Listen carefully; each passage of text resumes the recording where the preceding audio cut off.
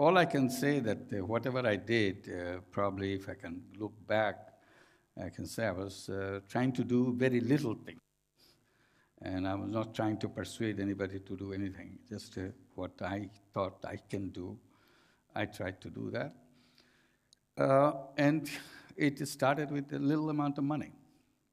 So little that you can laugh at it looking back. It's a total loan of $27 to 42 people. So it's not even $1 a piece. So that's what excited me and wanted to do more of it. Trying to persuade the banks to do it, they wouldn't do it. So I offered myself as a guarantor. I said, okay, I'll sign all your papers and take all the risk, and you give the money. They were stuck with their rules and procedures, so I was trying to kind of get over those things. And that was the beginning. Luckily, it worked and continued to grow, lending money to poor women, tiny little money. Everybody said it's going to collapse very soon. We said, until it collapses, I'll keep on doing it. So why should I stop it just because someday it is going to collapse, which we don't know whether it will. That's it, and then we created a bank out of it, called it Grameen Bank or Village Bank. And people ask me, how did you figure this out? All these rules and procedures that you put into it so that it can work even in very adverse circumstances, still it works. I said, oh, I don't do very hard work, I'm an easygoing man. I just look at the conventional banks, how they do it. And once I learned how they do it, each piece, and I just do the opposite. And it works. They go to the rich people, so I decided to go to the poor people. They go to men, so I decided to go to women. They go to the city center to do business, I wanted to go to the village, remote village. They want collateral. I said, forget about collateral. Who wants collateral? If you want collateral, you never get to the poor people. So dismissed collateral. They have big lawyers in their bank. We said, we don't need lawyers. So we are the only lawyer-free bank in the whole world, probably. It works. We don't need them.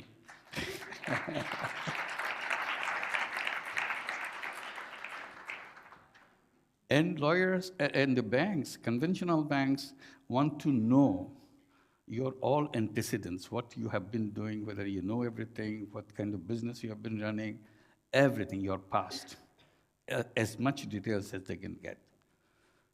So we said, forget about it. We are not interested in the past of our borrowers. We're interested in the future of our borrowers.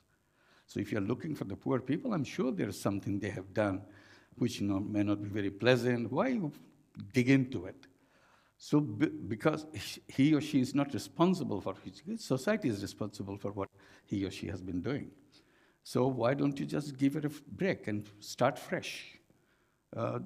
See what he or she wants. And this is how we wanted to do. Conventional banks concentrated on owning, or conventional banks are owned by the rich people. So we reversed that too. We made this bank owned by the poor people. And not only conventional banks are owned by rich people, mostly it's owned by rich men. So we reversed that. We not only make it owned by the poor people, we made it owned by poor women. So this is a bank which is owned by the borrowers themselves. Right now, we have 8.3 million borrowers. 97% of them are women.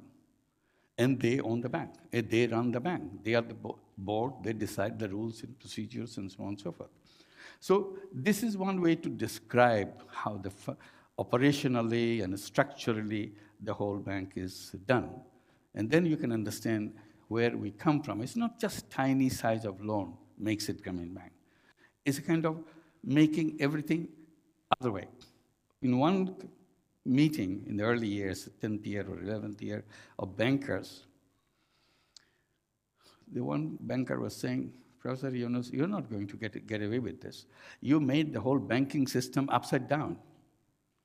I said, yes, that's what exactly I did, because banking system was standing on its head. So I'm trying to put it on its head.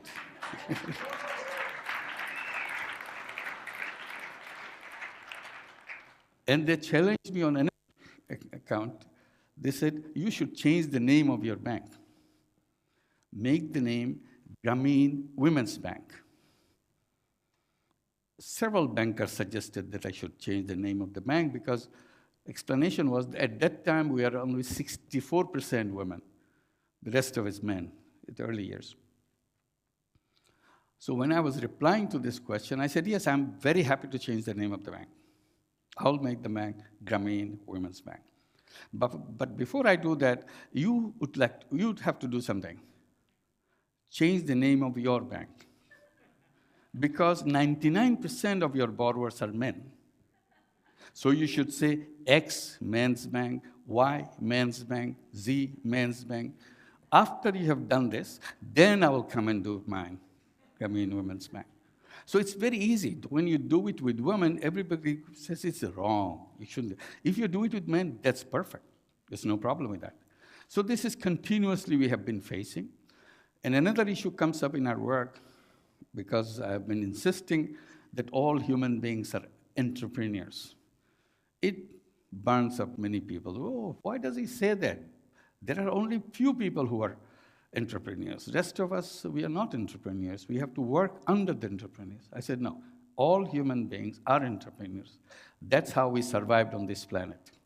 Otherwise, we would be in the caves, still living the kind of life we lived there, because we all worked together to change our life. That's how we came here and still function here.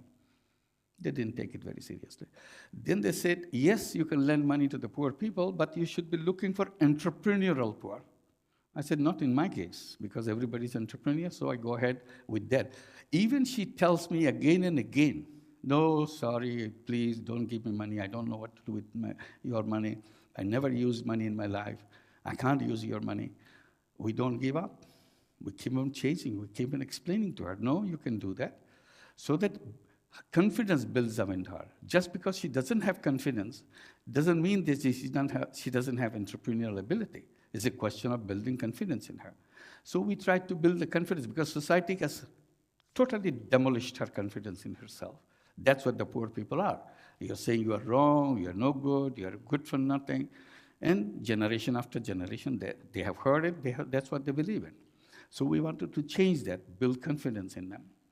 So in order to demonstrate that even the poorest person can be an entrepreneur, one idea came to me, why don't I do something so that I can demonstrate this? This idea was to lend money to beggars. You cannot be poorer than beggars. That's the last stage of human survival. You have no other source, you go and beg for your daily food.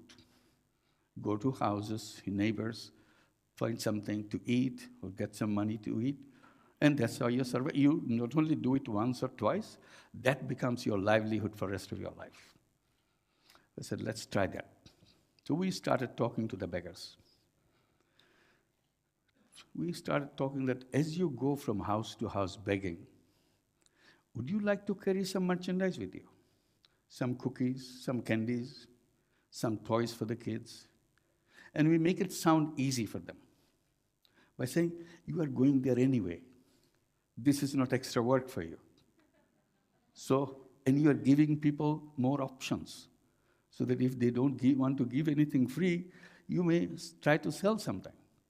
So they may like to buy something, or they may like to do both, give you some food free and also buy something from you. So you have two businesses going instead of one business. People like that, beggars like that. They said, where do we get the money? I said, we'll give you the money. So we started giving them the loan. Our idea was, if they succeeded in getting the loan and paying us back by the business they would do, that will show that, yes, even a beggar can be an entrepreneur on his own, on her own. We thought there'll be 1,000 or 2,000 beggars in that program. It became such a popular program. We ended up with more than 100,000 beggars in that program. And we have been watching them, what are they doing? It's become very popular, what they do, as we explained. And now, in the last 5 years, this is about the time that we are doing it, in the last 5 years, out of this 100,000 beggars, more than 22,000 beggars have stopped begging completely because they became successful door-to-door salesperson.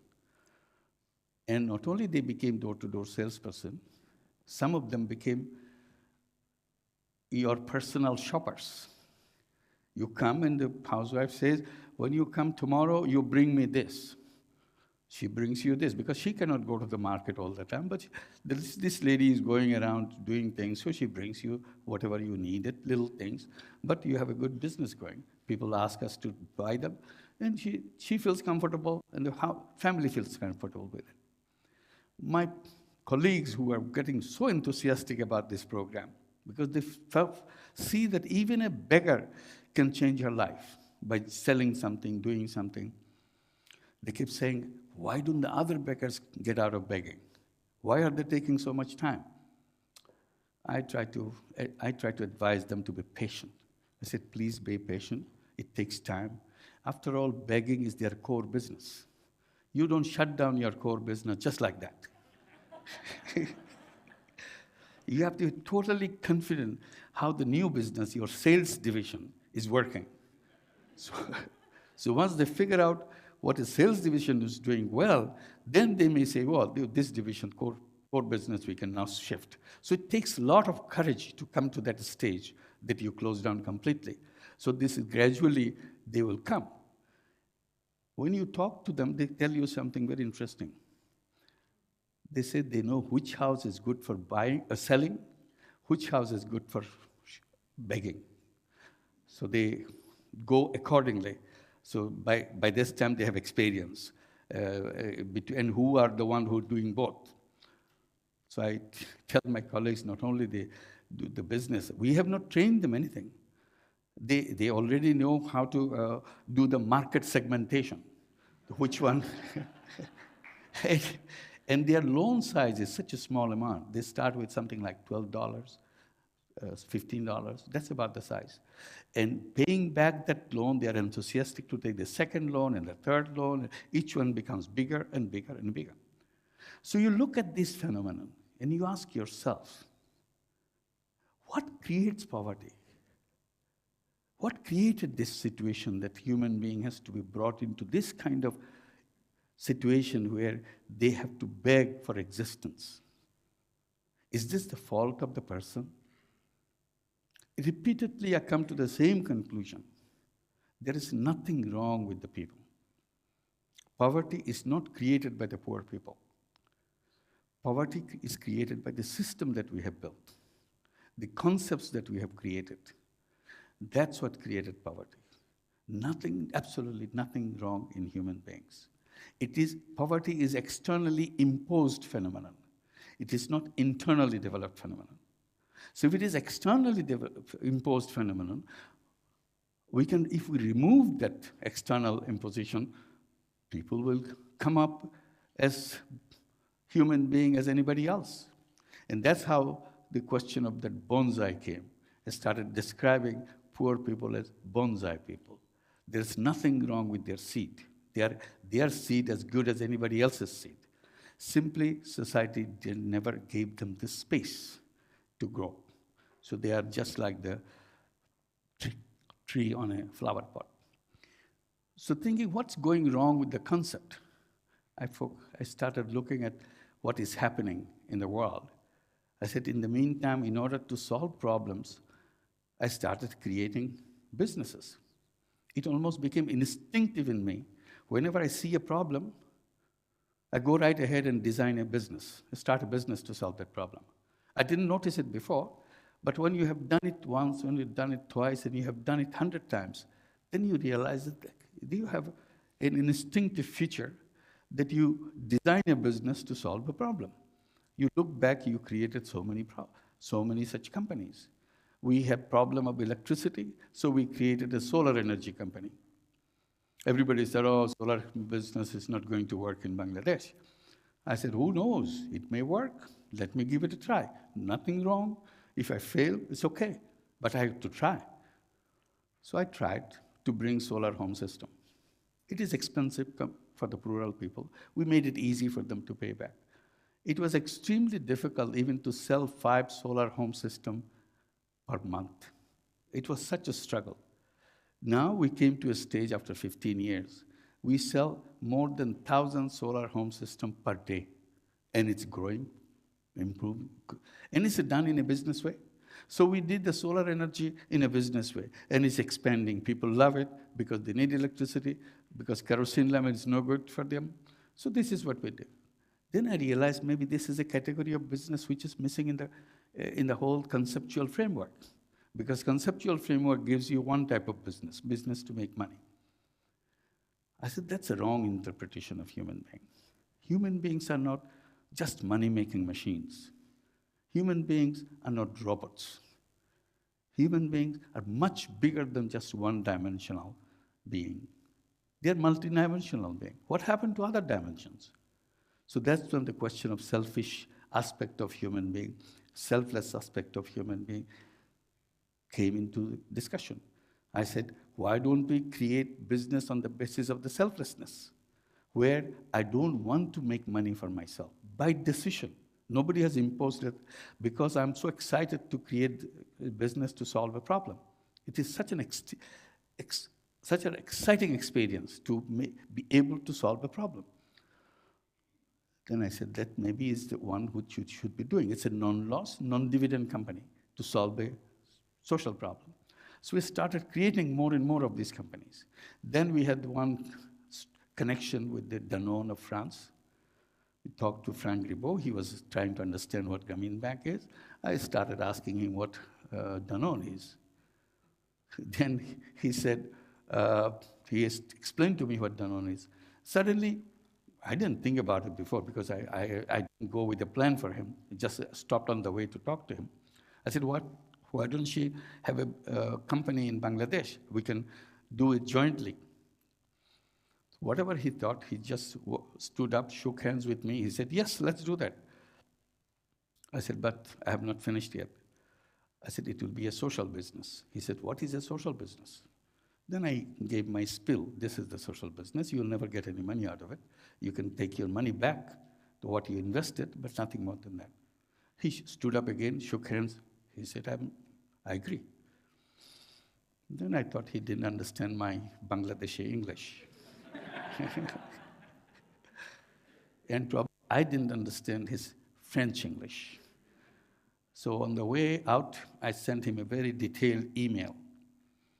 And he immediately sent back, I understood everything you said. I stand by what I committed. Let's go ahead and do it. And this is 2005. That company was created in 2007 and continued to function. Now we produce yogurt fortified with micronutrients for the children who are malnourished in Bangladesh. And that yogurt does wonderful thing to the children because half the children of Bangladesh are malnourished. So this produced a yogurt which has all these micronutrients, and once these children eat this, they regain their health because you see, if you're malnourished, your physical growth becomes very stunted. Similarly, your mental growth becomes stunted. So it's a very strange situation for a nation to have half the children malnourished. So we thought, at least in our way, we can see if we can do that. Now it works. Since it works as a social business, so we can go and replicate, add as many factories as possible. We have just the first factory, which is fully in full production. So we are starting the second factory, and we calculate we'll have 50 such factories around the country so that every child has access to this yogurt. It's a delicious yogurt. Children love it.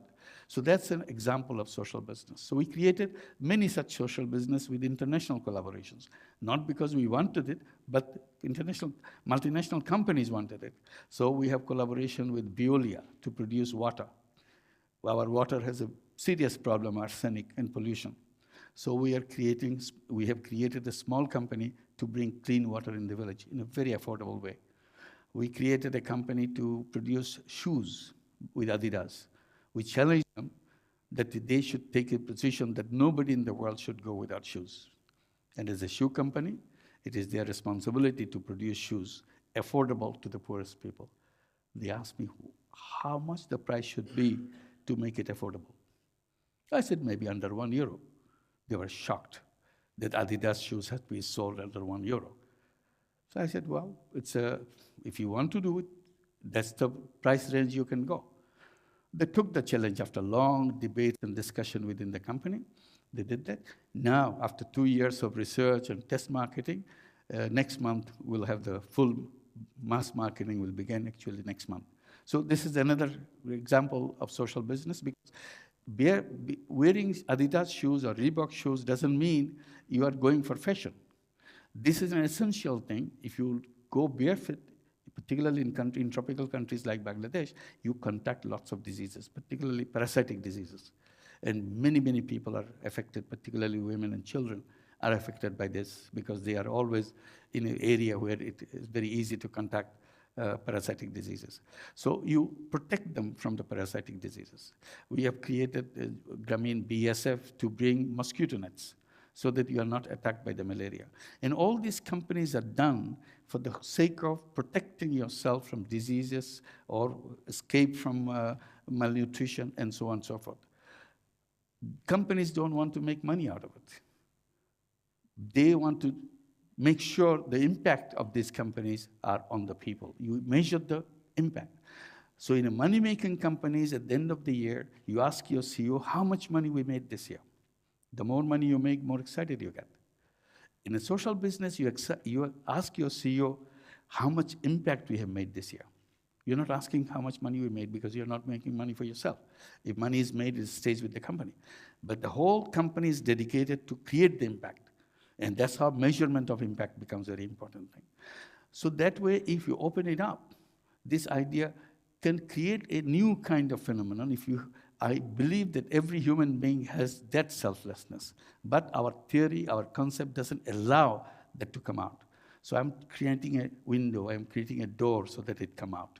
If it comes out, then all the problems we have created over years and years of our way of single-minded pursuit of money may be addressed by creating all these social business to address that.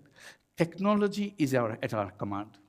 We have enormous technology, but this technology is at the control of the businesses. What do they use of it? Make use of it? Make money.